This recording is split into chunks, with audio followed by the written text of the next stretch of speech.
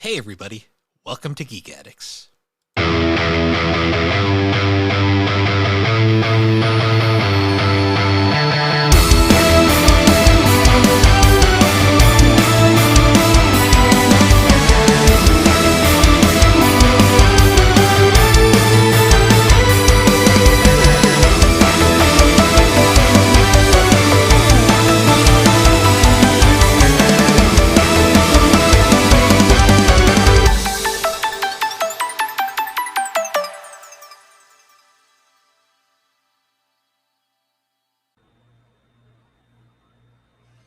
Hello and welcome to Geek Addicts, the pop culture podcast where the only reason people tolerate cats is because they don't fucking talk. My name is Matt. With me, as always, Bill Barber. How's it going, Bill? It's going. Had some things come up. I'm not going to say it here, but Matt knows, and yeah, it was bad. But anyways, it's been a week. We're recording later because this week was brutal. This was a brutal week, physically on me.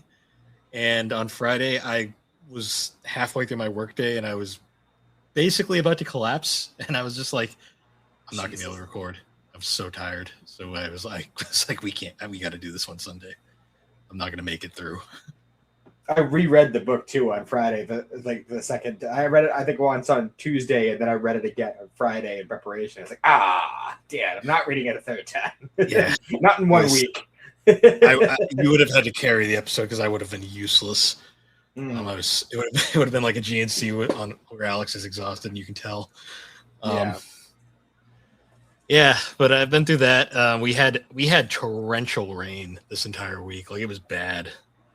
Yeah, we had a couple of days where it was really bad, and then a couple of days where it was just kind of off and on. I think this week is supposed to be pretty rainy too. Which, I mean, we've been in kind of a drought lately, so like I can't be that mad about it, but you can't be that mad, but like having this much rain in such a short period of time also isn't good. No, it's not. We're like flooding over. Yeah, we're like flooding over here, and it's bad. Mm-hmm. Yeah, it was one of those weeks. So I've been on a bit of a manga like hiatus recently, like just haven't it's been a dry couple of months for releases. This was like the first like major release month I've had in a while. A couple months. I did my classic so I went to Barnes and Noble to see if I could get them early because they're not supposed to be out till Tuesday.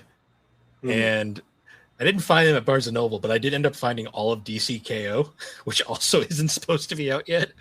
And I was kind of like, oh, I guess I'll grab this early because like I want to read that because I want to understand what the hell's going on in DC right now. But then I went to another Barnes and Noble yesterday, and I found the last volume of Black Clover, so that's officially complete. There you go. I got the next volume of Kaiju number 8 Relax, the little like kind of goofy like joke spinoff that they're doing. And then I didn't even realize this was out, but I found the first volume of Soul Leveling Ragnarok. And that's like the follow up, and right, it's so it follows like his the son. big. Oh,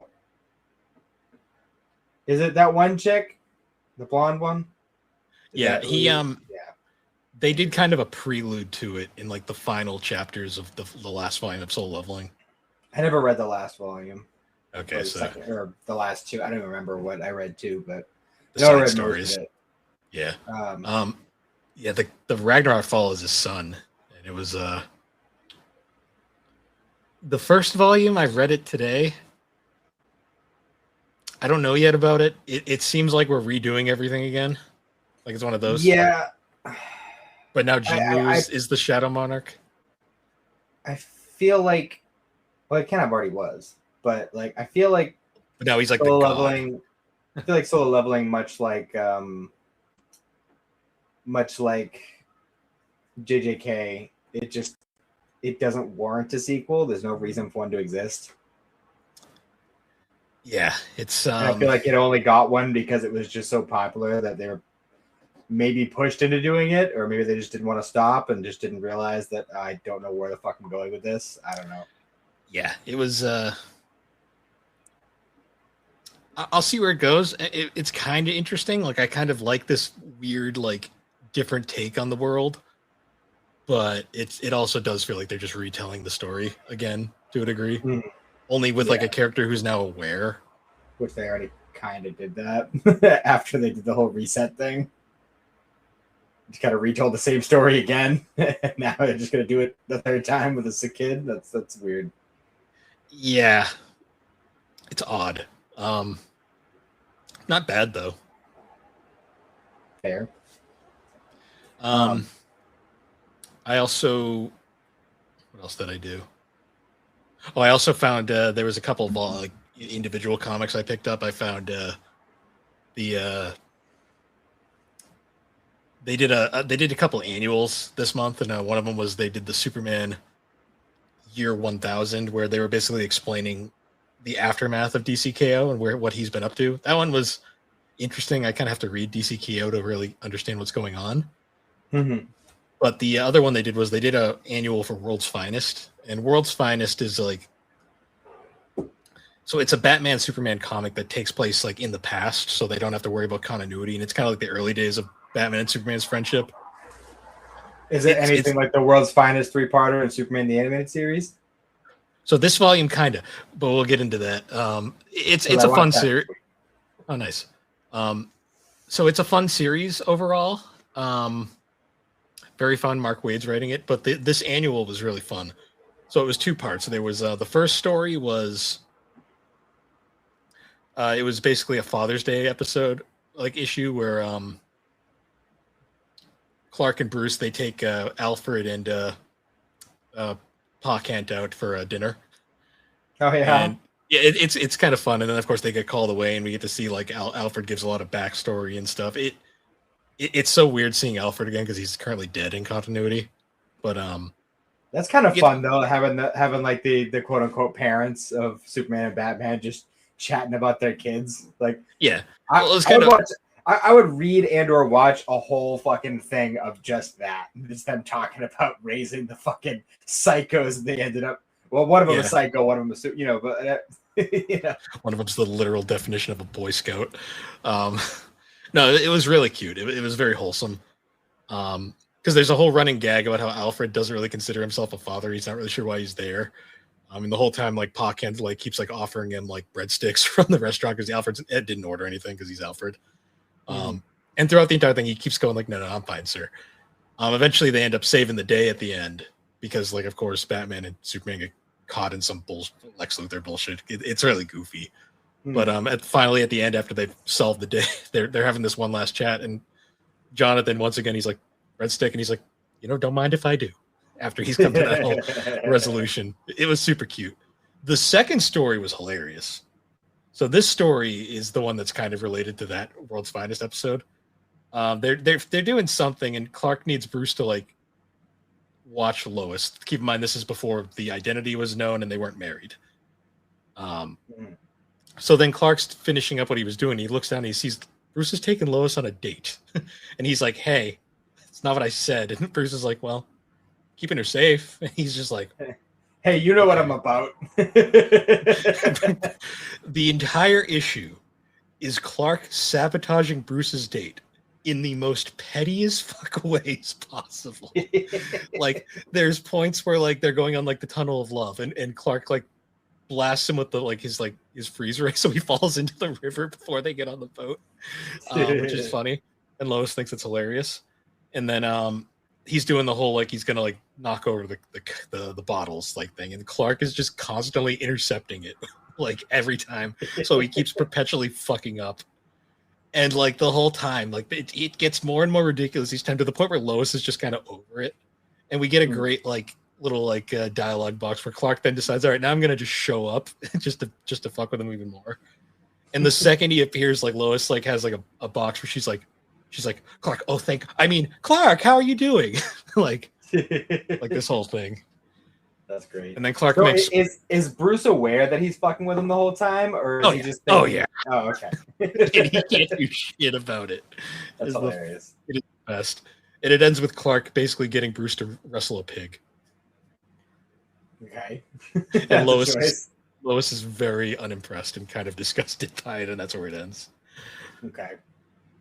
It was a very fun, entertaining annual.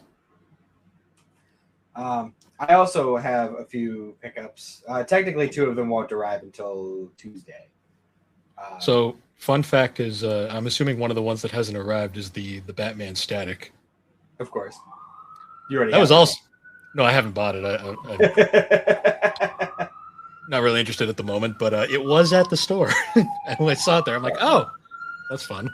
I'm excited to read it because a lot of the same team who did Static Season 1 and Shadows of Dakota worked on it. So I already know that it's going to be fantastic. I don't know if it was mostly just the art team or if it was part of the story as well, but even if it's just the art, because the art in Shadows of Dakota was fucking incredible. But yes, that is one of them. But I also, I have all but the most recent Dungeon Crawler Carl novel. And then I also got Superman Birthright, and on Tuesday I will be getting Under the Red Hood. Nice. Birthright's a fun origin. I don't know if it's still the canon origin, but it's one of the more interesting origins for Superman, and it's Mark Waid, so it's it's good. Yeah. So yeah, I'm looking forward to reading all those. At the moment, I'm kind of just powering through the Dungeon Crawler Carl books because my buddy from work. I've been loaning him them as I finish them, and I'm trying to stay enough ahead of him so that he doesn't have like a layover period where he's waiting for me to finish a book. So, gotcha. Let me know when you start reading. Break, but let me know when you start reading Birthright, because I'd actually like to reread that, and we could probably do it for the show. Yeah, that'd be cool. I'll probably do it for both, honestly. Yeah, we could do Under the Red Hood too. I feel like we'd have to talk Death in the Family though as well. I don't know. I'd have to look into it because sometimes the compacts will include. Well, they'll use one title, but it'll technically be the story, like two different storylines. I'll have to look and see if that one includes Death in the Family. I mean, we don't have to read Death in the Family. A lot of Death in the Family is kind of bullshit, anyways. Like, we don't need to see Joker as a fucking ambassador to whatever fucking country it was. That shit was stupid. But yeah, I'm gonna take a quick peek on Amazon just to see. Because they did a Death of the Family DC Finest. I know that. It doesn't matter regardless. It's really not that important in the grand scheme of things. But also this week, I've been plugging away more at Superman the Animated Series and Superman and Lois. And nice. So on Superman the Animated Series, I'm getting pretty close to the end of season 2. Like I said, I just watched the World's Finest 3-part. You know what's amazing about Superman the Animated Series? What's that? It's a great show. Like, I love Superman the Animated Series, but you can tell so hard while watching it that they were way more interested in doing Batman. Yeah. It is very apparent at times. So it looks like it is just the Red Hood story. That's fine. We don't have to read Death in the Family. It's just I was thinking we could even do we could read the book and watch the movie and kind of do a comparison episode. That actually would be interesting because there's some shit in the book that when you find out how Jason comes back, you're going to be like, what the fuck did I just read? Because it is the stupidest, most convoluted bullshit you'll ever read. And then the movie, it's so much simpler. The movie's just what you'd expect. So yeah, I'm getting pretty close to the end of season 2 of that, which means I'll be flipping back to Batman soon. And like I said, I've been plugging away at Superman and Lois. Giving Lois cancer was definitely a choice. Yeah, that was it works in the grand scheme of things, but it was kind of like Yeah, it just kind of came out because she mentions the whole I've been feeling tired and my boobs have been sore. I'm like, oh, you're pregnant. Don't you seem kind of old to be pregnant? And then they're like, oh, you're not pregnant. I'm like, oh, so that's not good. So you have breast cancer. Keep in mind, Lois's age is a constantly fluctuating thing that we'll never actually truly know the answer to. Well, in the context of this show, yeah, she's older in that show. they had met and dated for a while before they got married, and then their kids are in high school, so she's definitely at least in her 40s. Yeah, the comics are fucking hilarious with it because there are points where they joke about how she's older than you'd think, and then there's points where she's like younger than you'd think, and I'm like, guys, I get the sliding time scale. Like she's probably in her late 30s, 40s. And the last episode I watched is when they did the big reveal that Nat Irons' new boyfriend is actually Bruno Mannheim's kid. Yeah, that was a weird also thing, but I forget what there are things I remember about the later seasons, but I forget where that one goes, to be honest.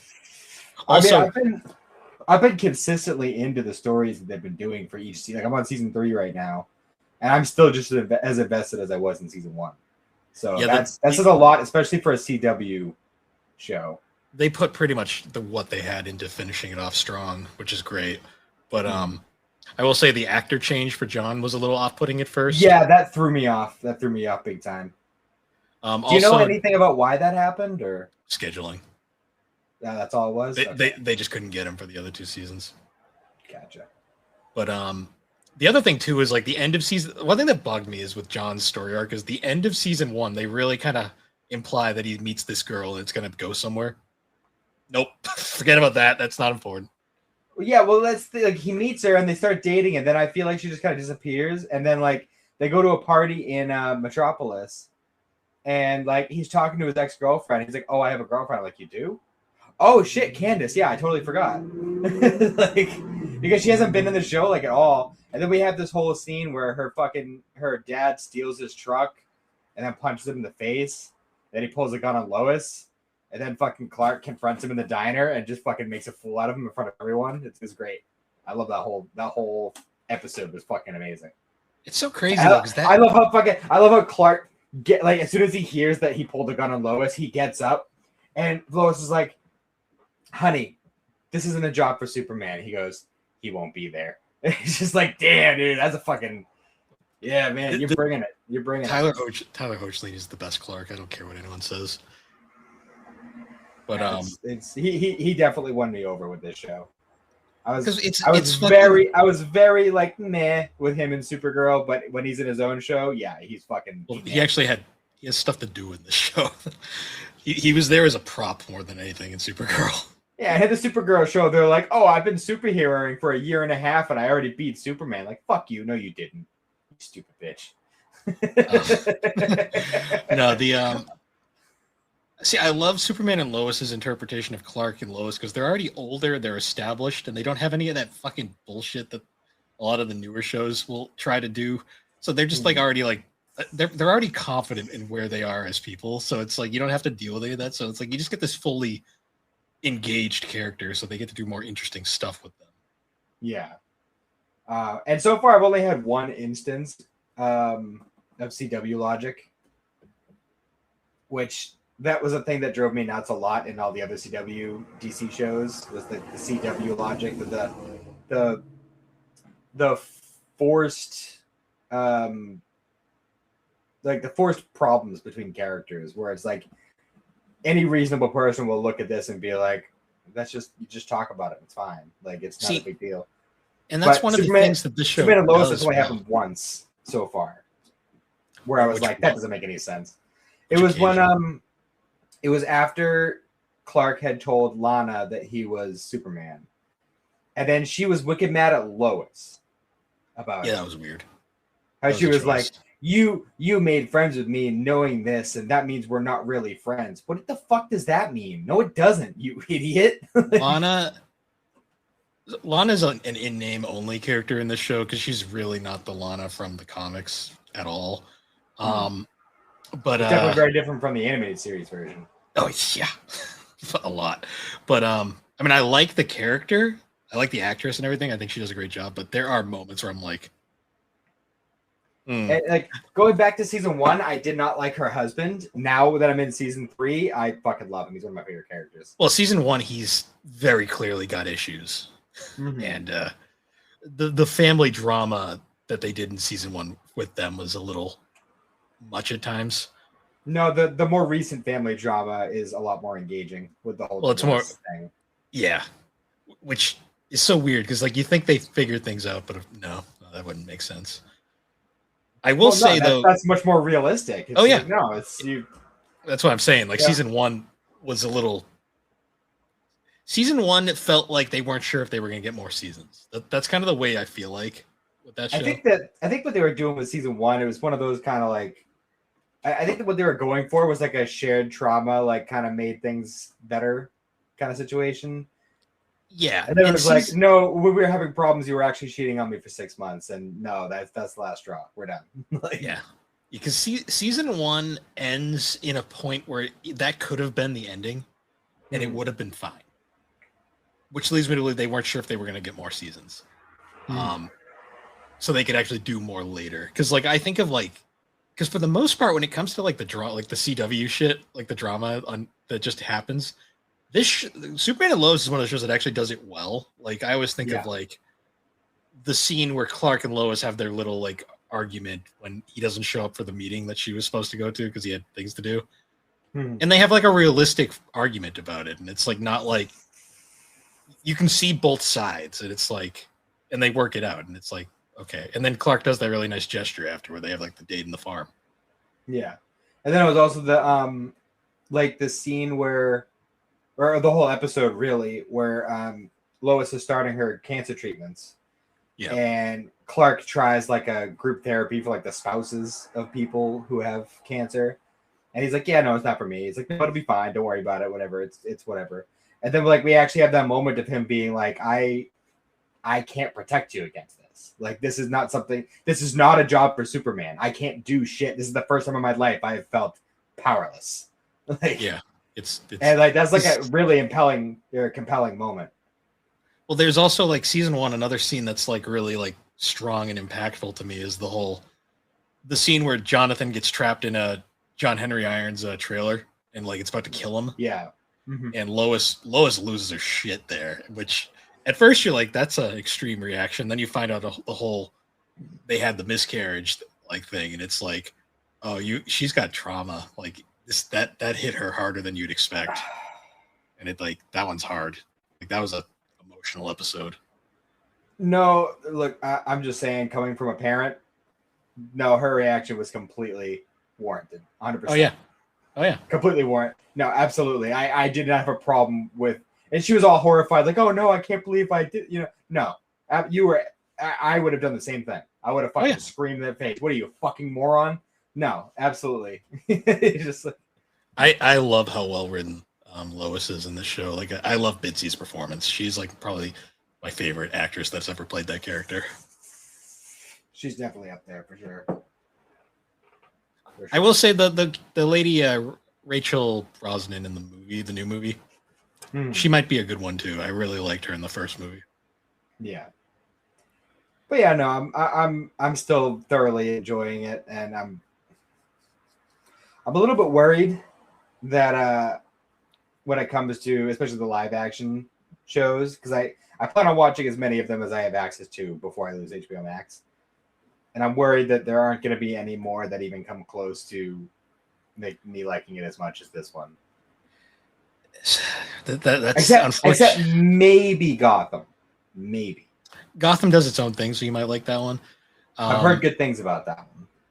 See, the thing with Superman and Lois is it ended early, but it actually ended just in time before it really started to get like overstay its welcome. So it kind of is like a perfect 4 seasons.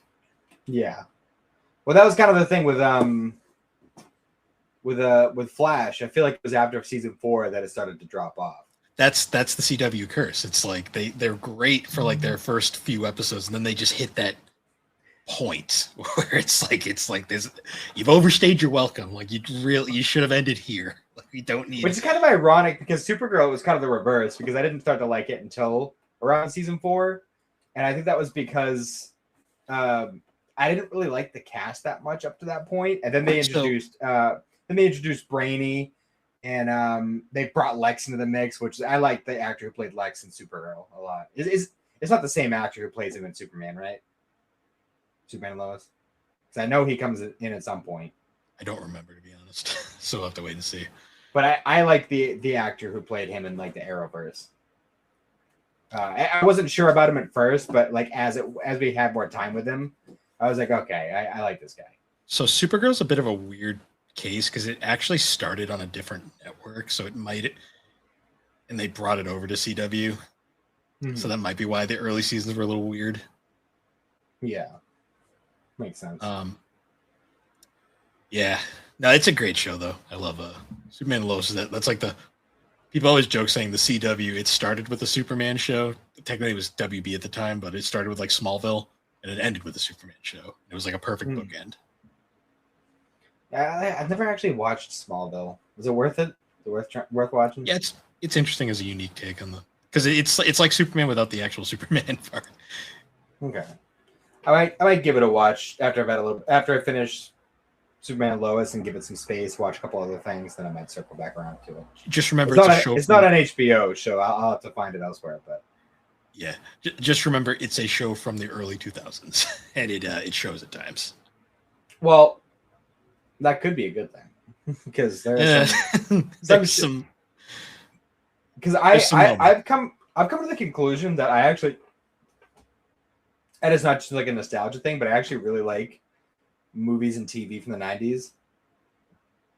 Like a lot of like the Stephen King miniseries, like The Stand and It and the Shining miniseries, like a lot of that kind of stuff, or Storm of the Century. Like I find myself really liking those kinds of shows that were filmed differently, that stuff is now. True. Like now they try to make every TV show so cinematic, and it just kind of gets lost without the budget for it. Without the budget, yeah. So I actually watched some anime this week. Oh yeah? So I got caught up on Slime because I realized I hadn't watched Slime in like 4 weeks, so I had like 3 episodes to catch up on. We're clearly in the post. That first arc is over, and now we're in the build up for the next arc, so it's a little slow right now. That's fine. The Slime movie came out, the second movie. Finally. Oh, it did? Yep, it's on Crunchyroll now. I won't spoil what happens, but I will say it was a good movie. It takes place between 3 and 4, so you can watch it without having to worry about 3 or 4. It's very standalone. Is dubbed? It is dubbed. It's completely out on Crunchy. Okay. I will say, can you take a guess who the central character of the movie is? Like, who is like the spotlight character of this movie? It's a character we already know? Yes. Well, there's a new character, but then they're for the most part partnered up with one of our long runners. It's not Rimuru. Nope. Is it Tits? No. I don't even remember her name. I just know that she got massive tits. Yeah. Shion. I don't know. Would you believe it? It's our boy Gobda. I'm okay with this. And would you believe he has a romance storyline? I'm okay with this. It is. I enjoyed it, but I was like, "Oh, Gobda's our main character in this." Okay, where are we going here?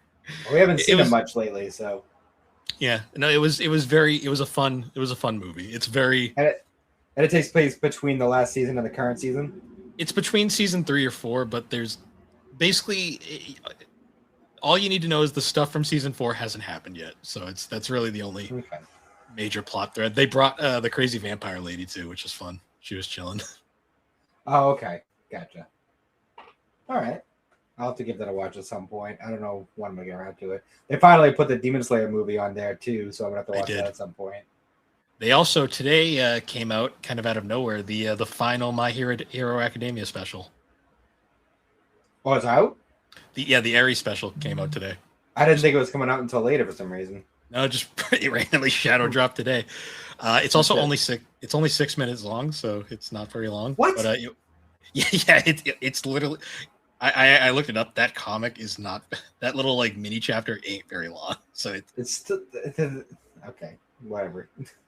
They stretched it out as much as they could. In 6 minutes is about all you get. They stretched it out, and it was still only 6 minutes. It's a very why even bother? So the literal only thing that special really was made for was just to get fans to shut up about Deku's ranking. Okay. Because they establish in it that he's now like rank 4. That's really about it. Well, he doesn't have all for one or one for all anymore. So Well, he's active again though with his robot armor. So Yeah, he's got robot armor and shit, but he's not going to be top dog with robot armor. Because if he could do that, then anybody could do it. well, yeah, he's number 4 behind Lemillion, Shota, and Mount Lady. Wow, that makes sense. Yeah, it was fun though. You got Lemillion deserves to be number 1. Yeah, well, I mean, Deku's got robot powers, and he can use Vine Whip. I guess he can use Black Whip still. I'm not sure how many the other powers he can use, but he can use Black Whip. Fair. Yeah. They were just like, yes, Deku's doing stuff again, but he's also still a teacher. Have fun. It was basically the point of that special. That you get to see more of Eri, which was nice. That was fun. And then the final thing I watched was I watched the Dangers in My Heart movie, which I found it was 80% a recap. So that was fun. Okay. I was mostly just hyped. It was hyping up for the 3rd season. Gotcha. Yeah, I just was watching my ongoings. I finally caught up with Damon to the Shadow Realm. What else? I also watched Slime and Chainsmoker Cat. And that's it. Nice. Yeah, I know we're getting closer to a few dubs, so hopefully. I know the Apothecary Diary movie is coming sooner than later. Yeah, well, we're gonna get the first half of the season before we get the movie. So. Yeah. Yeah, I'm pretty much just waiting for the fall at this point, like as far as anime goes. But I've been dedicating as much time as I can to watching those DC shows on HBO because I'm only gonna have HBO for another 3 months or so. So I gotta try and get as much of that in as I can. Yeah. I'm running out of shows though. When I finish the animated shows, like the animated universe, I'm only gonna have like a handful of shows left. So at that point, I'm probably just going to be powering through the movies. Have you watched the animated Watchmen yet, or? No, I haven't. That's definitely a good one if you want just like a palate cleanser. I may do that. Maybe after I finish the animated universe. As much of a palate cleanser as Watchmen can be. Yeah, no kidding. Yeah, so I think my grand total of anime now is like I'm 13 this year. I have been. The anime hangover is real. That's all I'll say. Yeah. Well, I mean, technically, you're not that far behind me as far as new watches goes. So. Yeah, and I don't think Alex is super far this year either. It's going to be a very different episode this year for the end of the year. I'm at maybe 21. I mean, realistically, we have Apothecary, at least Apothecary Part 1 and the movie. There's the new Dragon Ball. There's the new Black Clover. I feel like there was another thing that was coming out in the fall. I can't remember what it was. But yeah, there's a few. There's more stuff coming up. So we'll be able to round out our lists a little bit more. Yeah, and I still got to do my homework. So, yeah, me too. Actually, I think we all have to do our homework. What was Slate's homework? His was Undead Unluck. Okay. Which I still want you to watch. You still need to watch that. Yeah, we'll see how this year goes because I got to do my homework plus JoJo's at some point. Yeah, you're running out of time, but you're in the final third of the year at this point. Yeah, it might not happen this year. That's all I'm gonna say. Well, you can at least start. That's the beauty of JoJo's with the different parts. Is each individual part in JoJo's might as well be a different show. True. Yeah, we'll have to see. It's going to be one of those. They just share power systems and families. That's all. You might get a few cameos from time to time. True. But we'll see. This year's been. I read 50 books last month. This year's been a reading month. Yeah, I've been doing a lot of reading, and I started the year off pretty strong with gaming. I haven't been gaming as much lately. I'm pretty much on hold until the new Fire Emblem comes out. Like either way, though, like regardless of how much I'm gaming, I always slow down in the summer just because there's so much like physical stuff going on. Plus, it's just so hot that like I don't want to just sit there and sweat into my fucking game system. So it's You know, Yeah. Yeah. it'd be different if I had AC, but I don't. So Even with AC, it's rough sometimes yeah, because I mean I run my AC pretty low for the most yeah, part. But anyways, we should probably get into our topic for this episode. yes. So Talk about this guy here. yep, the volume one of the Dungeon Crawler Carl graphic novel, which is probably the only way I would get Bill to get into this series in any way, shape, or form. Yeah, and I'm not gonna lie. Volume one didn't really hook me, so I'm hoping volume two. More Well, happens. part of it too was because like the first actual novel in the series, they spent the first like third of that novel with a lot of setup stuff, and that's kind of what this is. Yeah. So my problem is going through this, like, I didn't really like any of the characters that much. No, No, like Carl just kind of just exists. Like, well he's kind of one of those dudes. He's got like a lot of I don't want to necessarily say anger problems, but he's got no problem saying exactly what the fuck he thinks.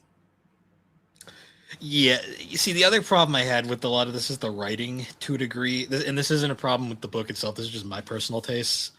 There's a lot of modern writing choices that I'm kind of like I see it and I go, like it's not In what me. way? The way they use language at certain points, like some of the profanity, I just found kind of like, yeah, that wasn't necessary, but sure. Yeah, it's just kind of a side effect of. See, this is kind of like taking a similar. We'll say it's in a similar vein of Solo Leveling, but See that's kind of that was my biggest comparison. But it's very much a Western product. Yeah, that was my biggest comparison when I was reading this the whole time. I was kind of like I was actively comparing it to Solo Leveling the entire time. Because even just the way that they did the graphic novel with like the size of it and like the way the a lot of the art. I mean, the art style itself is very much webtoons. Like, oh, it's very similar to Solo Leveling there. It's pretty. Like, there are definitely some scenes in here, like some drawings that look really nice, but for the most part, it doesn't look super unique in terms of art style. No, it's very. It's passable. Like it's not bad. It's good. It's good art. No, it's perfectly fine. Like I'm not gonna say it's bad, but it doesn't really do a whole lot to stand out artistically. See, another thing that I wasn't particularly a fan of, and this is just a personal taste thing, I didn't like how they did like the game screens. Yeah, some of like the color choices were pretty bad. Like I didn't like the orange with the white lettering. Like that was like one that like gets me is like this. Like this to me, the ones that matter are the ones right here. These three here. Yeah.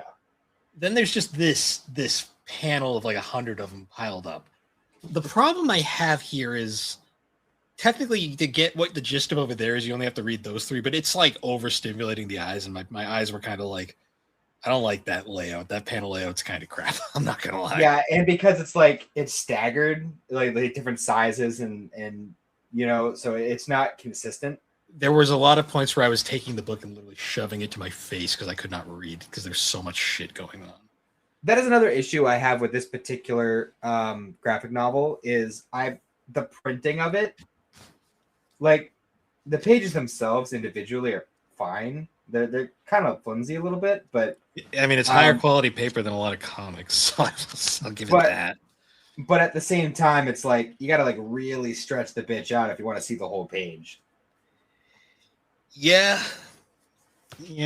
I will say $20, not bad for this. Yeah, because it's about 300 pages or so. It's a decent sized one. It's about like what would be like a volume and a half of manga. Yeah, for the most part. It's about what a Soul Leveling volume costs. And in terms of like the achievement stuff, like that's kind of they do that a lot more in like the first novel, like the first couple floors, because it's like it's one of those things like in Universe where the first couple floors of the dungeon they kind of flood you with low level achievements and rewards so that you have like a base to build off of. But as the story goes on, those they still happen, obviously, but it's a lot less. Yeah, like this was another page where I was just like, there's too much shit going on right now. Yeah, because that was one of those situations where he's just getting a shit ton of loot all at once because the game just started, and pretty much everything he does is going to trigger an achievement. Yeah, see, it's another case of like if I'd never seen Soul Leveling, I wouldn't have as many arguments just because I think Soul. Is it fair to say that this was probably inspired by Soul Leveling? In a lot of ways, I'd say. Well, how old is Solo Leveling? It's a good question. Because the manhwa or the actual novels. Well, the novels came out first, so we'll say the novels. So, the novel first published in 2016. Okay. See, I know that the first actual novel for Dungeon Crawler Carl wasn't published until I think 2020, but I know he was writing them chapter by chapter and posting it online before that. So I don't know how far back that goes. Okay. 2020, really? Was this like a sleeper thing that no one gave a shit about until like recently? Well, no, it's the same kind of situation as like how like Sword Art Online, like the first novel wasn't published until like right around the time the anime came out, but he had been writing it and posting it online for years, and it just gained a big following. It just didn't get officially published until later, and it was a similar situation with this series.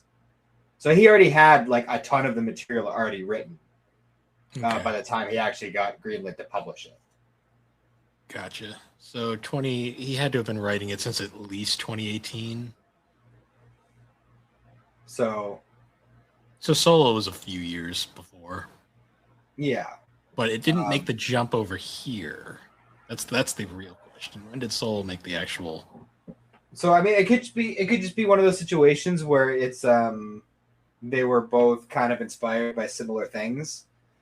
I mean, the whole like dungeon crawler kind of subgenre has kind of been blowing up over the past few years. So. I will say inherently the stories are very different because like this is Solo Leveling is like a world that's been isekai'd where there's just like random dungeons appearing everywhere, but the world itself is still kind of fine. Essentially the same.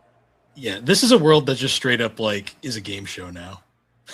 Yeah, it's weird because it's like half game show, half video game. And, yeah, they weren't super clear about that. At least in this. They by design don't give the crawlers much details when it starts. Is the implication that Earth was like created just for this? It's all right. So it's implied at first that was the case. Later, like in the book that I'm currently reading, it was actually just revealed that they were just toying with ancient shit they didn't understand, and it just kind of happened. Because like they mentioned in this graphic novel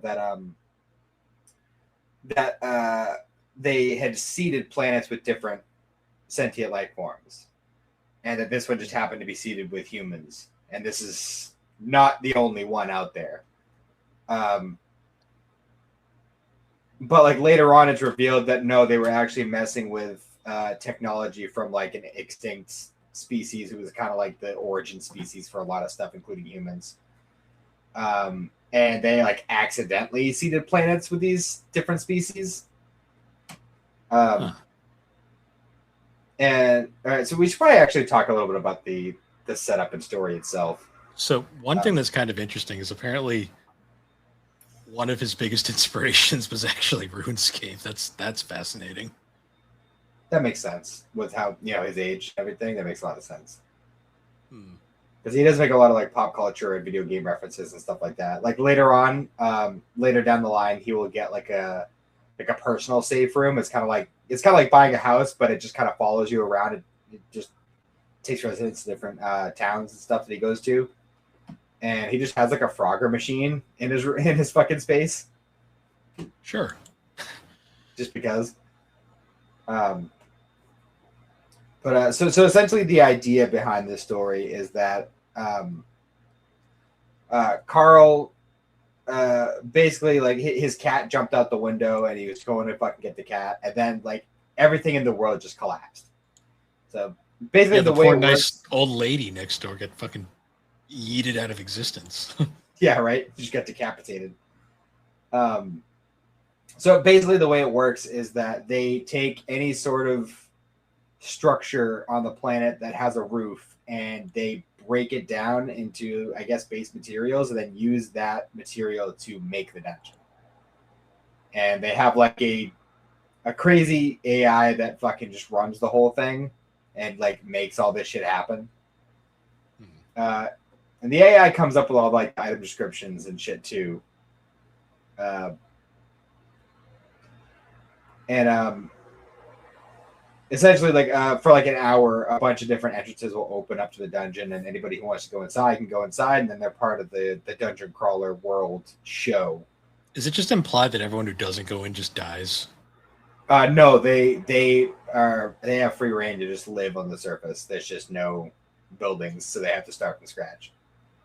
No buildings, and the only cars that would still be around would be convertibles because they don't have roofs. So oddly specific, but okay. It's a weirdly specific detail. That's the only buildings with roof. But as we see later in this graphic novel, that like the people who were in these structures and the buildings and stuff aren't necessarily like dead because they fight a boss in this graphic novel called the Hoarder, and it's very heavily implied that this was just a person on the planet before the collapse. Was that the chick that was like spewing out bugs? Yes. Yeah, I wasn't a fan of that. I don't like bugs. Like shit like that. I was like, I don't like this character very much. Calling it a character is kind of a stretch. Yeah, but it stayed around for too long for my taste. I was like, can we just move past It was that this, first please? boss battle. They had to do something. I did like the reveal of like that was an easy boss, and Carl's just like, great. They said seriously.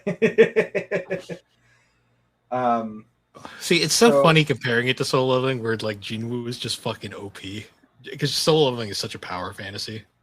Yeah, see, Carl isn't a Jinwoo. Like he definitely has like oh shit moments, like a lot. Well, Carl seemed to luck himself into most of his like wins. He kind of does, and then in the few moments where like oh shit, I'm screwed, like somebody will come in and help him out. Yeah, because he's one of those people who, despite the fact that he is kind of an asshole, and like he doesn't have a problem telling people exactly what he thinks. He also kind of does just gather, like you can't really tell from this book alone because there's only like 3 characters in this book. But he does kind of have a way of kind of bringing people around him anyway, despite that. Well, because like one of the overarching plots with this is that he broke up with his girlfriend like right before this happened. Yeah, because she was vacationing in the Bahamas, and she had posted a picture on Instagram where she was like sitting on this dude's lap, and it was very clearly like they were like a thing. So he was like, "Oh, okay, so you're cheating on me. We're done." Like, but he was also planning on keeping the cat, even though it's her cat. Yeah. And the cat. So all right, so we didn't really talk about this. So he gets an enchanted pet biscuit when he first goes in the dungeon, and when the cat eats it, it just kind of like melts for a second, and then it pops back up. Odd. And then it just pops back up again, and it's sentient and can talk. So that's going to be his consistent companion throughout the whole thing. And even the cat's just like, yeah, so I remember like everything from when I was just a normal cat, and you were definitely planning on stealing me. Like I saw. Princess Donut is her name. Yes, Princess Donut. The tiara and all. Yeah. It's so funny where they keep bringing up the whole like she cheated on me thing, and it's very much like, but you're not a sympathetic character in the slightest, so we just don't care. Yeah, but he's also like, see, it's, and they cut it off at a weird point in this book too, because like there's a lot of stuff coming up after. Yeah, the ending I didn't like. I was like, that was too abrupt.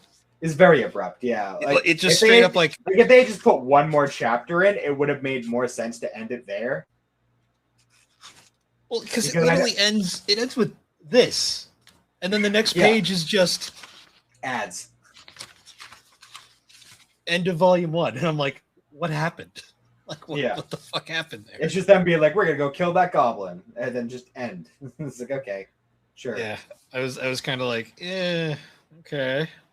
Like, I hope the next volume is stronger.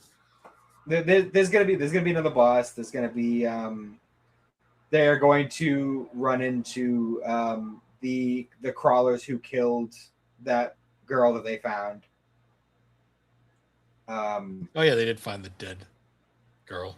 I keep forgetting there's other crawlers, because that's like a running thing where they're all dying, like left and right. Yeah, because like it was like 13 million people went in at the start, and then like by the time they're doing their first recap, they're like, we've already lost 3 million people. It's like, what?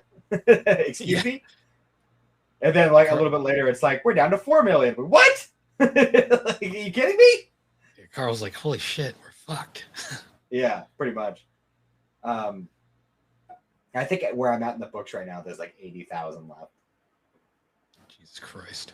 But also, like, as you get deeper in the dungeon, like each next floor is smaller than the last. So people start to converge a lot more the deeper you go. Does the girlfriend ever come back, or is she just kind of a plot device? She will pop up again, but it's not as big as you'd think it would be. Okay. Cool. They kind of set it up like it's going to be this big thing, and then it just kind of happens, and then it's okay, we're done with you. Go away. Great. Okay. But yeah, they find that body, right? And it's just this chick who's, well, first of all, she was completely stripped of everything except for an apple core. So that automatically is like, what the fuck? Like, that's kind of fucked up. Because you can loot things like it's an RPG. They were killed by is it Frank Q, I believe what it said. Yes. And they find the body, like, oh, she's been shot in the chest. And it's like, a Cocker Spaniel did this. I bet it was a Cocker Spaniel. Those little fuckers. Some of the dialogue in between is a little funny, even if it's not really my taste. Like, I did enjoy like the whole like, you killed that goblin. He had a family. Yeah. Yeah, see, and that's another thing is the further you go, the AI will gain more and more personality. Like it will punish Carl if it doesn't do like a thing that it wants him to do. Oh yeah, she is stripped of everything. I didn't even realize she was naked. Yeah. I also like a running gag that I really like is that Jonah just has an outrageously high charisma, so like any NPC they bump into just instantly just listens to her. Yeah, like, I love how they meet up with the goblins and they're being like wicked shitty, like, we're not gonna do shit for you, you stupid humans, whatever. And they see the cat, and they're like, oh my god, you're so precious. It's like, of course we'll build you a motorcycle. Isn't that like partially like the crown does stuff like that, or the crown helps, but she already has a really high base charisma, and she gets so Carl will be able to distribute his points however he wants. Donut just has set points that get distributed to certain stats. And her charisma automatically gets double the points of everything else. So like that's like her main stat is charisma. It's just being able to talk people into shit. I also really liked when I think it was like the butterfly clip that she gets when they're in that like fucking fast food restaurant or whatever, and she just starts like bouncing around and like playing in the ball pit and shit. That was fun.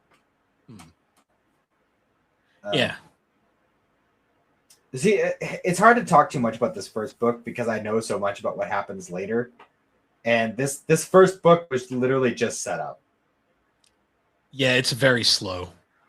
Yeah, it doesn't. It's not until book 2 of the novels that it really starts to pick up. So I was kind of worried about how that was going to translate into a graphic novel. And while I still enjoyed it, I definitely think there needs to be like buying them individually as they come out will be rough for a lot of people who are just getting into it like you. Yeah. For people like me who have read a bunch of the novels, it's just like, yeah, that was fun, and I'll move on back to like the novels.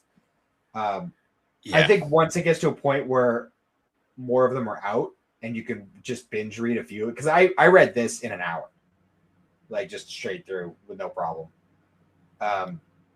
I think once we get to a point where there are more of them, like at least until we get to the point where the graphic novels cover the first two books, I think is when people will start getting a lot more interested in the graphic novel itself. Mm. I'm trying to think of anything else worth mentioning. There was the random safe rooms and the mouse man. Oh yes, Mordecai. He get used to him. He'll be around. Yeah, I figured because he seemed to be the only other character with a defined personality in this book. Yeah, so he's they actually don't mention it in this book, but so he mentions that he used to be a skyfall, like one of the bird people. Mm. But so it's a thing in this story where once you hit the third floor, you get the option to choose your class and your race, so you can become something else. And as far as the race thing, that's permanent. Like even if you get out of the dungeon, you will be whatever you turned into. And when Mordecai hit the third, because he used to be a crawler. When he hit floor 3, he became a changeling, so he's a shapeshifter. So like it's kind of like a running thing with him, where every floor they go down to, the system automatically forces him to shift into something else. So for floor 1, he's going to be the Rat Man, and then in the later floors, he changes every time. Gotcha. Good to know. So the only other thing that's interesting too is like you just look at like the art for like the novels as opposed to like the art for the graphic. The novels have this very Western look to them. Yeah, the novels look very like Call of Duty, whereas Yeah. the graphic novels are very much like Anime. Like you can tell this is very inspired by anime and things of the like. Which Yeah. I am okay with, honestly. I'm totally fine with that. Like the novel, the graphic is very much they're going for that webtoon / manhwa look. But then it looks super cartoony at times, but then like you get to like a big fight or whatever, and it's like, oh, this is actually kind of gory. Yeah. Like when they're fighting the bug lady and they're just like kicking the cockroaches into oblivion, like the goblin gets shredded up by the dozer and shit. Oh yeah, that was the thing. And I think part of the reason why the first one is more difficult is because there aren't that many other characters. It's literally just like 3 characters and then whatever NPCs they bump into. Because there are a lot of characters they introduce later that are very fun characters. Yeah, because there's like an ad in the back of the book for the role-playing game, and it's like a completely different art style. And I'm like, oh, yeah, that's the kind of art style they use for like the audiobooks and stuff. Yeah, I'm not gonna lie, that's not the most attractive art. No. There is. It's not my favorite either. Honestly, that kind of made me kind of like iffy about starting the series until I actually started reading it. I was like, oh, okay, this is fun. So, was it like a cult series for the longest time, and then it just kind of blew up this year? Because I didn't know this series existed until like last year. Yeah, see, last year was when my buddies are talking to me about it and telling me how badly he wanted me to read it and everything. I don't know. I think it was just like a specific following that he had for a while, and then I think it was once the books had like a good amount of them had been published and had time to sit and like the cult followers and stuff would start recommending them to other people, and it just kind of blew up like that. Yeah, because it's so weird. Like I'd never seen these books anywhere, and then like now I go to every Barnes and Noble and there's a big display right up front. I'm like, when did this happen? So the comparison I made, and I've actually seen other people make this comparison after the fact, but I look at the Dungeon Crawler comic books as like what smut is to women is what Dungeon Crawler Carl is to dudes. Like it's the same kind of like there's stuff going on. There is plot. There is like fun character work and stuff. But like in terms of like women, it's the romance stuff, and in terms of men, it's the I'm just running around fucking kicking cockroaches into oblivion and fighting fucking I don't know. Like I don't even want to bring up some of the stuff that happens later. But yeah, there's some ridiculous shit. I there's think a lot of lore in the dungeon too that kind of comes out later. I think that might actually be my issue with it, is the fact that the characters aren't super developed right now. Yeah. I think once you get deeper into the story and we actually start getting to spend more time with the characters, because at this point, like Carl's his main mindset is like, I'm gonna do everything I can, but I'm pretty sure I'm gonna die pretty soon. And then it's not until a little bit later he starts getting more confidence in what he's been doing. He starts coming up with more elaborate plans and stuff for tackling certain situations. And again, like the more characters get introduced, like we've seen, actually, it shows little snippets of some characters that will show up later on. You wouldn't know it just by seeing them, but there was one character in particular that we do get a couple of sneak peeks at in this book. A character called Lucy Amar, who happened to go to the dungeon with her 2 Rottweilers, and boy, is she a character. And then, there's a lot of stuff coming up. I don't want to get too into it because the second book does come out in, I think, October. It's either September or October. I don't remember which. Yeah, but, see on that. So I say we'll continue it as they come out and just keep popping back into it, and we'll see how much you're if it ends up hooking you at some point or not. Yeah. All I'll say is for people who have not read this before, this first volume is not the strongest start. No, I think you're probably better off waiting until more of them come out, so you can just binge through a few of them, and then once you actually start to meet more characters and you get more development, then that's because like when I read the first book, I was like, that was fun, like it was perfectly fine. It was a lot of goofy jokes and silly shit going on. But then there also has like this really dark undertone of like, oh, so this is technically the apocalypse, but it's also just entertainment for all these other random ass people out in the universe, and that's kind of fucked up. But they kind of just push that to the back because they don't really have the luxury of sitting and stewing on that for too long. Yeah. Obviously, with how many people died just in that first graphic novel. Yeah. Yeah. Yeah. I'm curious to see where it goes. It's gonna be. I'm hoping it does hook me, because I'm not gonna lie, the first volume didn't really do it for me that much. Like I say, I think it'll mostly be once you get to I think towards the end of what would be the second novel, that's when he gets his first extra party member. Is at that point. Although he does meet more people and do some team ups before that. I won't go into too many specifics, but the first, aside from the person who murdered the girl, the first people that they meet happen to be the residents of a retirement home. Huh. Because somebody pulled the fire alarm right before the collapse, so they were all outside. Interesting. So yeah, that's an interesting part of the story. I don't remember if that happens in floor 1 or floor 2. I know it happens in the first novel, but that novel covers the first 2 floors. But. Interesting. But yeah, so we'll keep up with that one progressively throughout the year. I guess now we should jump into the segments. Yes. Oh boy. So Bill. Yeah. Remember when you stopped caring about JJK because it got too dark? Yeah. So we don't have a song for this. I don't want to do the drink song.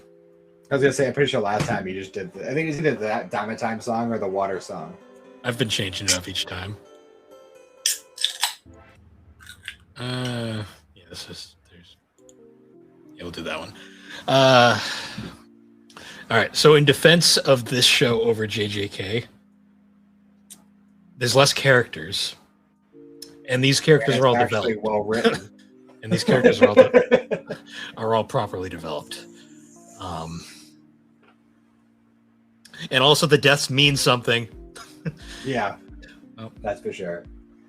JJK, they just kill people for the fuck of it, but that's fine. So we're on episode 5 of The Haunting of Hill House, titled "The Bent Neck Lady." It's our Nell episode. It's our big wham episode. Yeah, the big reveal of what the bent neck lady was at the end. Big neon sign spoilers. If you have not watched the show, and especially if you have not watched this particular episode, stop now. Yeah, the people watching the eventual supercut will be like, wait a minute, what? But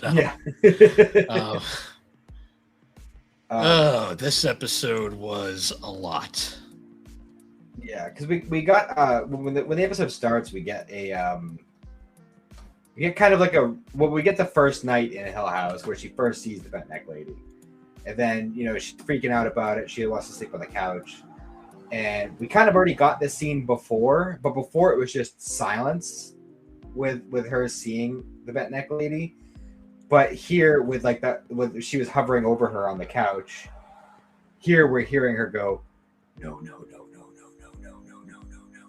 And it's like this super creepy, distorted voice and everything. And then with context for the end of the episode, it's like, oh, that's fucked up. Yeah.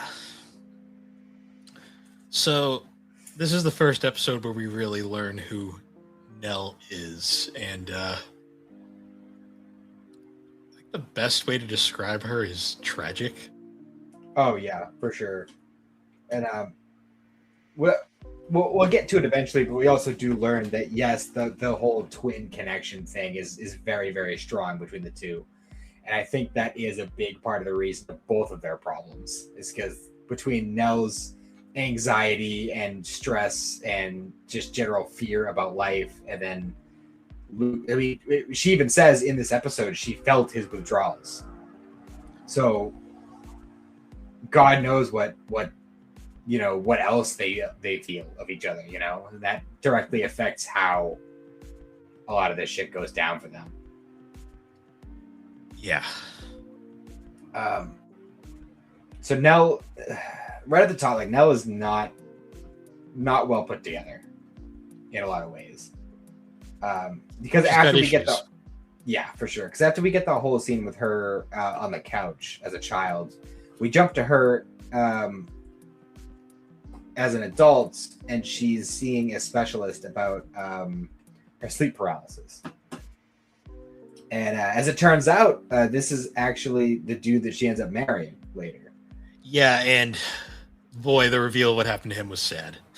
Not even just that, the whole build up when it's showing them starting to date and getting engaged and getting married and everything else. It just, the whole story of it. I heard somebody make the comparison to the first 10 minutes of Up. Yeah, this episode made me sad. Because where this is ending. Where this story ends. Well, because for the longest time, I didn't realize her husband was dead. I just thought he was out of the picture. Yeah. And then you find out, oh no. You're like, it's worse than that. Yeah, it's much worse. Especially when you realize he was the only person really keeping her sane. He was the only person who would listen to her and actually take her issues seriously. And that even extends further into her therapist later. Because even he was kind of not taking her. I mean, obviously, you're a therapist and you see somebody come in and they're like, "It's this ghost that keeps following me. It's followed me ever since I was a kid. And this fucking house that I lived in 30 years ago." You're gonna hear that and be like, "Wow, this person needs medication." And that's exactly what he does.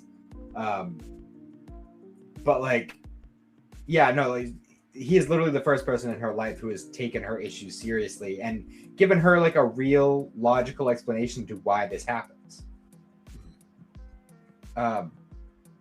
which ironically is very similar to what her dad told her in the first episode. Yeah, he is an. This episode really did a lot of reveals for a lot of the characters and their complexities, because like we get a lot more of the dad. We still he's still kind of a vague character at this point, but we are getting more. Yeah. You got a lot more of Steve. Steve had some interesting. Steve is like literally the most I'm not sure about character in this entire series. Yeah, because there's definitely moments where he's definitely being an asshole, but he's also kind of right in what he's saying. Well, he's just saying it in a shitty way. That's the thing. It's like when he's being nice, he's like the nicest person. But when he's not being nice, he is such a dickhead. Yeah, like when we intercut between them dancing with each other at Nell's wedding, and it's this really like nice, heartwarming scene. It's kind of like a continuation of one of the scenes we had in a previous episode where they realized that Theo is gay, and they're like in real time watching Shirley figure it out, and it's just such a cute moment between the two. And like, I love them just fucking with Shirley the entire time. Yeah, it's great. And then, ironically, Shirley has like the least amount of shit to do in this episode, which is honestly probably for the better. Yeah, probably. I mean, you know. But then we get that scene, and then we compare that scene to when Nell confronts him at his book signing. Which Steve was very aggressive here, but Nell was also being fucking ridiculous at the same time. Yeah, I think Steve could have handled the situation better, but I also totally understand why he was mad. And like, in all honesty, he was absolutely right. Like, if you, like, I published this book 6 years ago. If you had a problem, you should have said something way sooner than that, and in a controlled environment, like not in the middle. Like, I'm at work right now, and you're this is the equivalent of you coming into my office, screaming at me and knocking my desk over and then walking out. Like, you know, it's not cool. Like, you should talk to me about this separately. Or even when we saw the whole scene before when Shirley was freaking out, this is blood money, we're not taking this money, this is awful, you shouldn't publish this. And she sat there quietly the whole time. She didn't say a word. Yeah, because I mean, all the other characters, at least, well, not Luke, because Luke's kind of he's his own special case. But yeah, well, we'll talk about the Luke scene. Yeah, well, because like Shirley, like we knew she was mad about the money from the start. Theo, we knew she was mad about it, but she was going to take advantage of it. She was mad about the situation, but she wasn't going to not take benefit from it. Yeah, she's like, well, it already exists. I might as well take the fucking money. See, the thing about Nell's reactions here, because she has a few of these freakouts on her family throughout this, and it's like, you know, she's not well, but at the same time, it's like her family has no idea how to react. Yeah. So going back to Arthur, her husband. So yeah, we get all these different scenes of them, you know, throughout their dating and engagement, then their wedding. They have their whole dance and everything. And then there's a couple of scenes in particular where there's one, like when I think it was after they got engaged, where she starts having one of her sleep paralysis episodes. And he talks her through it. He helps because he's a sleep technician. He knows like this is his job. He knows how this works. So he's helping her through it. He's doing all the things. He's helping her go through the steps of working through it and everything. And it's just really nice, heartwarming moment. And then 8 months after they got married, it happens again. And he's like, okay, we go through all the same steps or everything else. He gets her to turn the light. He stops, and he starts having a brain aneurysm right there. And that's when she sees the bent neck lady again for the first time since she met him. Did they ever go deeper into what killed him? Like, or is it just a brain aneurysm and they don't really touch it was said it was a brain aneurysm, but when you're actually looking at him in the scene and the way it looks like his neck got snapped. The way his head is. So it's what do you think? Do you think it was the house that killed him? Or do you think that it just kind of happened and the house knew it was going to happen? Part of me wants to say it's supernatural shit, but like, I don't know. Because just the way it seemed like a weird like parallel. Yeah. So that's where a lot of people gotta get like, you know, it could be this or it could be that, but well, it seemed like he was interfering with the house's plan and it had to stop with that. That very well could be. But But they said it like Nell was, there is no answer, so we don't know. It's all up to interpretation. Because they made the point where like they're like Nell was normal for a while, well, as normal as she could be. Well, they were together and like she had been getting better, and then once he died, it was kind of like that was the beginning of the end. Yeah. And then so after he dies and everything, we have there's the whole Theo thing, because we kind of like we knew that Theo and Nell had some sort of issues from previous episodes, but we didn't know what they were at the time. And it turns out that Theo had flown all the way from Boston to LA to visit Nell, and Nell wasn't interested in doing anything aside from having Theo just touch shit around her apartment, just hoping that she'd get a glimpse of fucking Arthur. And eventually Theo just gets fed up. She's like, dude, I'm not a fucking parlor trick. Like, I came here to I came literally across the fucking country to spend time with my sister, and you're treating me like a fucking object, like a magnifying glass. Like, doesn't help too. She was already annoyed because she'd found out about the Luke thing right before that. Right. Yeah, I forgot that happened after. Yeah.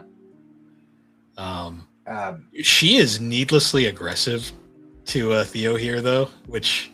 Yeah. Well, I think it's a side effect of the fact that by this point she had stopped taking her meds. Yeah. And with just like the general trauma over her lifetime, and then because obviously she knows ghosts exist, she knows spirits can linger, so she's desperate. She's fucking desperate for Arthur, even if it's as a ghost. Mm. And she's very clearly like willing to do whatever it takes at that point. And it's just I think this is supposed to be like somewhat of a parallel scene too to we got another scene of them as kids in the Hill House where Liv had called Nell over and was accusing her of writing her name on the wall, and like Theo like comes up on the scene and she's like, no, she didn't do this. Like she touched the wall, and she's like, no, you didn't. And this is the first time we've seen Liv like, because we've seen her with getting the migraine when she was dealing with Shirley and the whole cat situation. And at the time, it was just kind of like it all hit me at once. I'm overwhelmed. I can't do this. But here, she's like aggressive about it. Yeah. Like you could tell she's starting to unravel at this point. Yeah, like because Theo makes the comment after she leaves, where she just basically goes, "Well, she's in a mood today." Hmm. And then they peel the wallpaper down more, and there's more writing that wasn't shown before. It says "Come home now," which there's a lot of things in this particular episode that are supposed to be parallels with the book, like the whole come home Nell thing. That was a thing in the book. The Cup of Stars, which is mentioned earlier, where she finds like a tea set in the toy room, and she's talking to Mrs. Dudley about it, and she's telling her all about the history of like who probably owned the tea set and everything else, and going on about the whole Cup of Stars thing. And that actually like sticks to her, because we actually see a scene of her as an adult, and it's a different cup, but she still has a Cup of Stars. Like she's still like, that was like a formative memory for her, I guess. But yeah, it was like a weird parallel between that scene with Theo and then the future scene with Theo, where like it's almost like Nell expected her to just go along. But by this point, like Theo, she's been dealing with this for so long, she doesn't want to feel all this shit. She doesn't want to see all this shit. Like we saw how much it affected her in her episode when she found out about fucking what the little kid was dealing with, her patient. It's not a fun experience, and she clearly in that scene was experiencing to some degree what the kid was experiencing. Yeah, she doesn't want to experience her brother-in-law's death. Like it's not a thing she wants to go through. Yeah, and you'd think Nell of all people would understand that, having that connection with Luke. Like she kind of has a similar thing going on, but with a specific person. So you'd think she would understand, but she's just so desperate for anything with Arthur. Yeah, and she's unraveling quick. Yeah. Which kind of makes sense why Steve would make the jump to say, well, mental illness runs in the family, you know? So Luke. So this was before that was a rough scene. Yeah. So this is before he goes to rehab for the big one that actually. Yeah, she was dropping him off at that rehab, the one that he left in his episode. So I mean, silver lining, it worked. He stayed sober for 90 days. Yeah, but that was. But she doesn't know that, so. Well, no, and God knows, like. Yeah. The ending of his episode. Yeah. But yeah, the drug dealer scene that was rough. Yeah. And like, so I know that the different rules apply in different areas, but I know that at least here in Massachusetts, a lot of rehab and detox places won't take you unless you have shit in your system. So I don't know how it works in LA with their facilities, but here, at least where I'm at, you have to be high right before you go in, or they won't take you. Which is pretty fucked up, honestly. Yeah, that's a little. I don't know if that's a across the board situation or if it's just here that's like that, but if it is the case that it is a more of an across the board situation, he kind of needed to get that last one in before he went. Yeah. But it's the way that all that whole scene went down was just so awful. What got me was the whole, like, it's pouring rain and he sends his sister to this area, and I'm just like, just thinking mentally, like, just how these situations usually go. Like, she's not a big woman at all. She's a little tiny thing. I'm like, that's sketchy. Like, everything about that was sketchy. Yeah, for sure. And like, she gets back in the car, and she's like, he spit it out of his mouth. He's like, yeah, they do that. And like immediately starts the whole process of like shooting it into his foot. And it's like, it's this whole really uncomfortable scene. And even just like when he's trying to convince her to do it too is just so like, and it's rough too, because we just had the Luke episode where he was such a sympathetic character. He's doing his best. He's trying to get sober.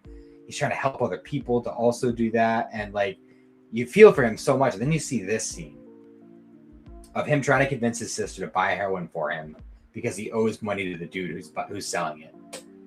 And God, it's tough to watch. And the way he words it too, where he's like, I need to get well. Yeah, that was rough. And and then like she gets out of the car and he looks down and he sees all of her prescriptions in her purse, and like you see the thought cross his mind. He's like, should I just snag these prescriptions and leave and go sell them? Like, but he doesn't. You know, he pushes through. But I also like the whole thing. Like he's asking Nell how she's doing, and she's like, I'm not doing great. You know, with Arthur dying and all this other stuff that I've been going through, it's just been awful. And he's like, yeah. So like, here's the thing. I need some heroin and I owe the guy money, so he's not going to sell it to me. And he goes on and he's just like, so here's the thing. Like, you get this from me and I'll do my thing. And then you can tell me all about your problems. Tell me all about it. Yeah. And, well, he's high as fuck and probably isn't going to remember. Well, see, that's the thing too, is like she does it. She gets him the stuff. He shoots up. And what's the first thing he says? So no, you still collect those buttons? Yeah. Like the most surface level, like superficial shit that you could talk about. Yeah. And she's clear, like if he was even slightly aware of his surroundings and other people, he would know she's not doing well at all.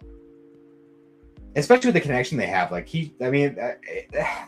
and again, it's hard to be too harsh on Luke because when it comes to Luke and Nell, because they share that connection, so they both feel how each other is feeling at any given time. So it's a very interesting way of how it's portrayed throughout the episodes, because the way the episodes are not in order, it's kind of like it's not an exact chronological order that you get to these scenes later where you're like, oh, this is before this. Okay, so that's why this character is acting like this. Yeah. Well, from next episode onward, it's good. Aside from the flashbacks to them as kids, it's going to be linear. Okay. So we've got the backstory done so far. Yes, we've gotten all the individual episodes that focus on all the siblings, and now we can stick from Nell's wake onward. You know, aside from getting more details about them at Hill House, and more of what I'm assuming inevitably is going to happen. Yes. So like as Luke's going on about like after he had done the heroin and he's just rambling on, and then that's I think the first time since Arthur's death that she sees the bent neck lady just standing in the rain. And I think it's kind of vague, but I think this is my interpretation here is that she sees her and she goes, okay, these meds aren't helping because I'm not even in a sleep paralysis state, and there she is. Because at this point, she's, as much as she has all her whole life believed like this is a ghost, the Hill House is evil, everything else, she keeps being told, you have a mental illness, take your prescriptions, go to therapy, it'll all go away. And she's been doing that diligently, and it's still there. So that the very next scene we see is her flushing all of her prescriptions. Then we get the whole Steve scene. We get the Theo scene. And then we get another scene with her therapist, who, fun fact, her therapist is played by the man who played Luke in the 1960s adaptation of The Haunting of Hill House. Oh, okay. Interesting. Which is a very different character. But he actually came out of retirement to do a single day of shooting just to do those scenes with Nell. I mean, he's very good at what he does for this role. He plays a very convincing therapist. So she's having that other scene. She's telling him about, I confronted my brother, and I brought Luke to rehab and all this. I do like stuff. How the therapist is so snarky about it too. He's like, "Oh, you did you? So did it? Do you feel better about yourself now?" And it's just because she's like, "I confronted my brother like you told me. I showed up at one of his book signings and fucking dressed him down in front of everybody." He's like, "I don't think that's what I said." Like, it's not quite what I said. Do you feel better about yourself? Like he's very very not impressed by that in the slightest. Yeah, he's like, that's not what I told you to do at all, but sure. But like they're getting into it, and eventually they're like, well, everything always comes back to Hill House. And she's like, well, you don't know, you've never been there. And he's like, yeah, but you haven't been there since you were 6 years old. It's been almost 30 years. It's just an old carcass of a house. Like, how much power can this house have over you? And I think that conversation is what really gets her gears turning. And that's what she's starting to think. Maybe I am crazy. Maybe I am just fucking out of my gourd and none of this shit is real. Just like I confronted my brother, as he said, quote unquote, I'm going to go confront the house. So she goes and fucking books a flight to Boston so that she can go to this old, decrepit, falling apart house in the middle of the woods. And actually, because we haven't mentioned it because we haven't really talked much about the flashback scenes. Because at this point, we're starting to get interspersed scenes between the past and the present and they both take place at the same motel. Because when she flies out to go confront the house, she's staying at the same motel that their father brought them to the night they fled Hill House. Yeah. And I think she's actually staying in the same room, weirdly enough. And we get this scene of Hugh coming back after trying to go and get Liv. And he comes back and he's covered in blood. He's got like bandages and shit on him. And he's like, Nell's the only one who's still awake. And, she's asking him, like, what took you so long? Like, what's going on? Where's mommy? And he's like, she's fine. Everything's fine. Then the police show up. And he's like, I got to go talk to them. Your aunt's going to be here. And this is like, the sun's like just rising. So it's like maybe 6, 7 o'clock in the morning. Yeah. And it's like, your aunt will be here at 2. Which, by the way, I hope you paid in advance. Because most motels and hotels have checkout at no later than 11. So yeah, it's one of those plot points. It's not important. Yeah, I guess the cops are there. They'll have to let it slide. Well, yeah. I guess he did say that one of the cops would be staying there to watch them, but yeah, basically, it's just like I got to go and talk to the police at the station. Here's the watch. You can keep track of the time, and she still has this watch. We find out later. And there's like this weird like correlation, but there's a lot of like parallels in this show in general. Because we get earlier when we had the scene of young Nell sleeping on the couch that first night, and they had that whole conversation with the locket, and her mom was like, "Oh, I'll give you this locket when you get older." And then obviously later on we get the scene of her dad giving her the watch. She still has the watch, but she never got the locket until later. Yeah, that's what that was. And we got another scene of her in the motel where she sees the bent neck lady again and is freaking out about it. Is that the scene where she's getting water? I think she was getting like a Coke or something out of the vending machine. In one of those, everyone's seen them at some point or another, creepy ass motel hallways. Yeah, they just go to a vending machine or like a sink or something, or an ice machine, or like you gotta walk down this creepy hallway to get to like the pool area. Like every like backwater motel has that exact hallway.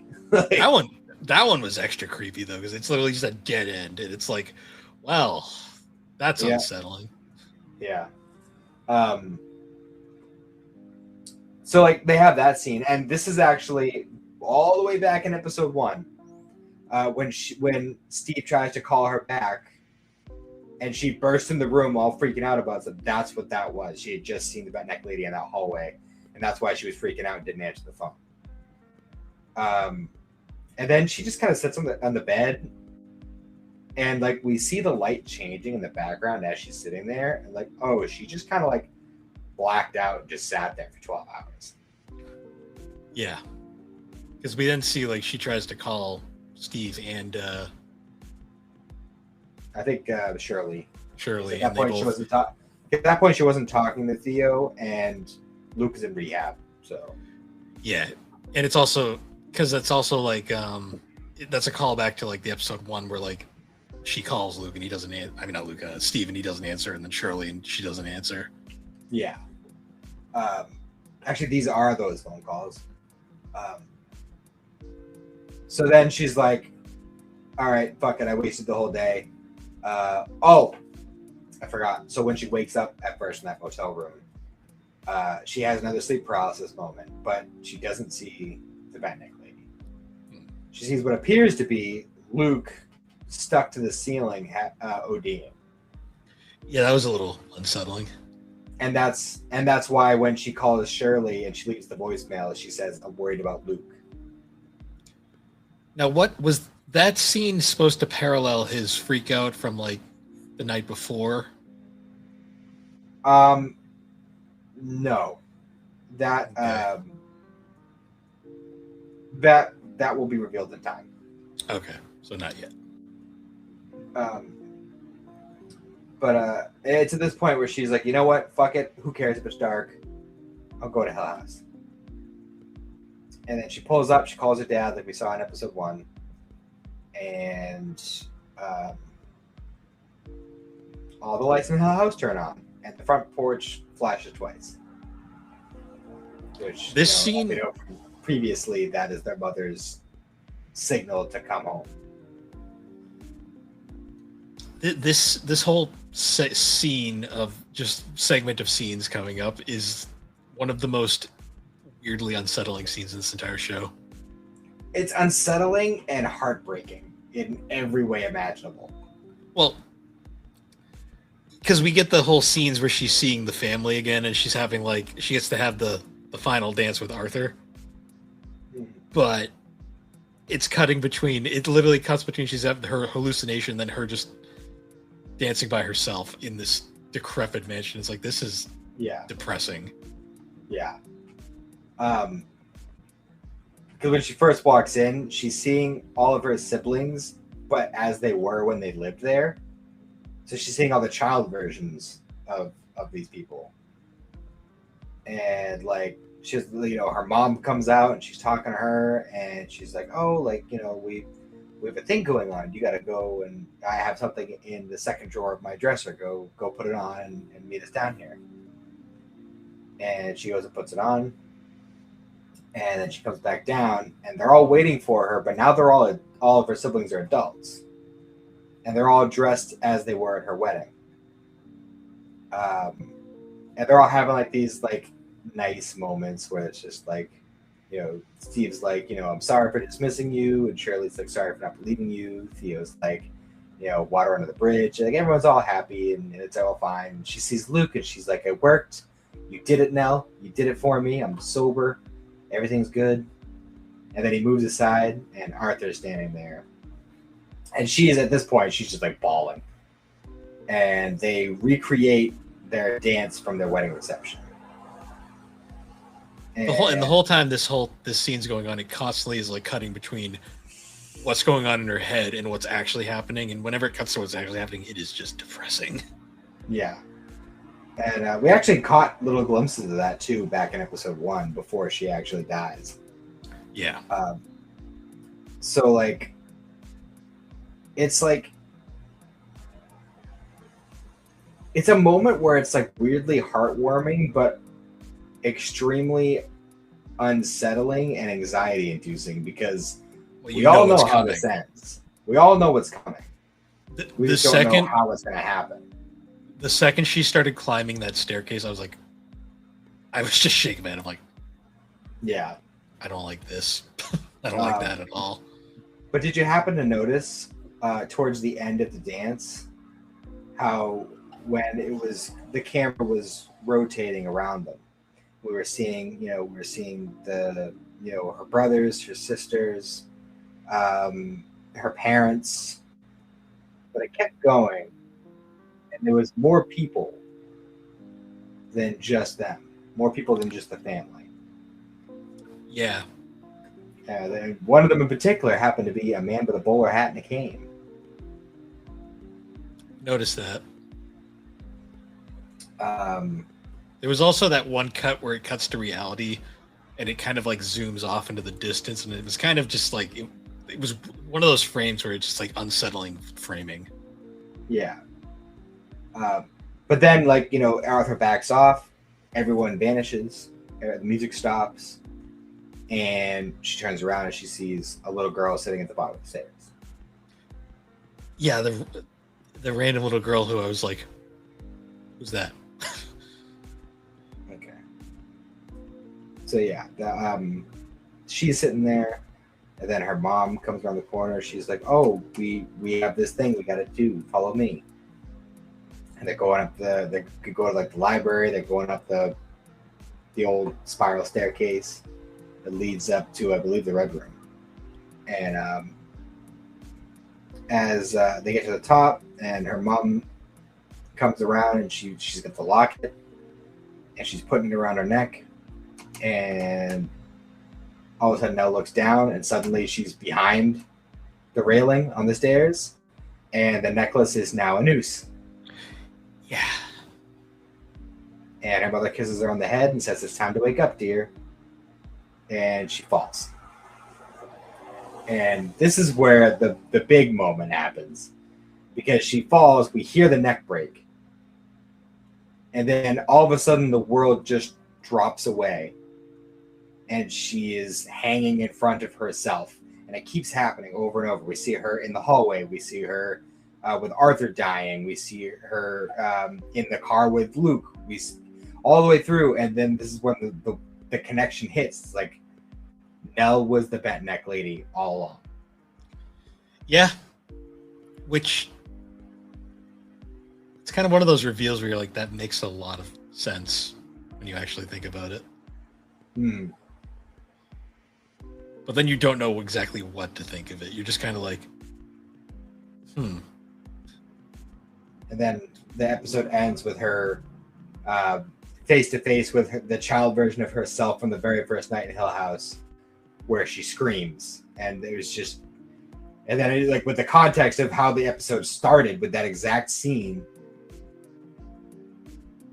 and you're like, oh, okay, that makes a lot more sense. That makes a lot of sense of why you would just scream at a child like that.